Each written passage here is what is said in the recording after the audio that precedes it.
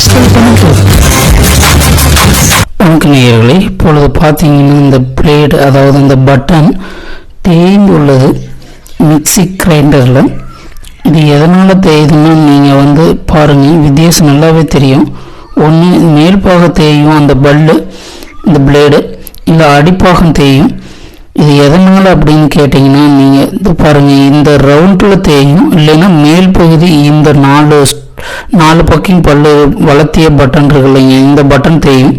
இது கரெக்டாக செருவி நீங்கள் ஜாடி வைக்கிற ஜாடி பார்த்தீங்கன்னா உங்களுக்கு வெயிட் ஜாஸ்தியாக போட்டு நீங்கள் வந்து இதை ஸ்டார்ட் பண்ணும்போது, அது ரொட்டேஷன் பண்ணும்போது பார்த்தீங்கன்னா தேய்மானம் சரியாக தேய்க்கும். இல்லை இந்த மேல் பகுதி உட்கார வைக்கிறது உங்களுக்கு சரியாக உட்காரலைன்னா உங்களுக்கு வந்து இது தேயறதுக்கு வாய்ப்பு இருக்குது. நம்ம இப்போ சுவிட்ச் ஆன் பண்ணிவிட்டு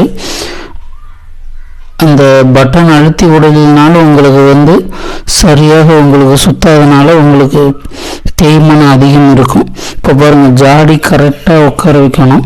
இப்போ உங்களுக்கு இது எப்படி இங்கே பாருங்கள், இதுக்குன்னு தனியாக பல் இருக்கும், அதாவது கரெக்டாக போகிறது. இப்போ பாருங்கள், கரெக்டாக சுற்றுது.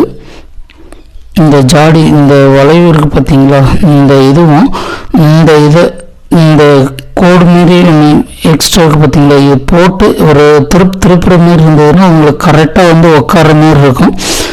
உட்காந்துக்குச்சுன்னா உங்களுக்கு இந்த இது வந்து உங்களுக்கு தேய்மானம் ஆகாது. இதில் கரெக்டாக உட்காந்துக்குச்சுன்னா, உட்காந்தால் மட்டும்தான் இந்த தேய்மானம் இருக்காது. இல்லை உங்களுக்கு கரெக்டான ஜாடி வந்து நீங்கள் உட்கார வைக்கலைன்னா இந்த இது தேய்மானம் வரதான் செய்யும். அதுக்கு ஒன்றுமே பண்ண முடியாது. இப்போ பாருங்கள், கரெக்டாக நம்ம ஃபிட் பண்ணி ஓடிக்கிட்டு இருக்கு.